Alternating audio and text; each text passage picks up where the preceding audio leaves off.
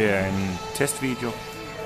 Lige nu sidder jeg på Melting Pot Ubud Bali og sidder og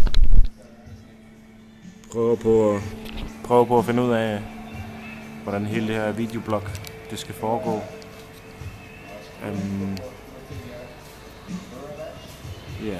Så det er bare en prøvevideo. Jeg lægger den op på YouTube, får vi at se, hvad der sker med det.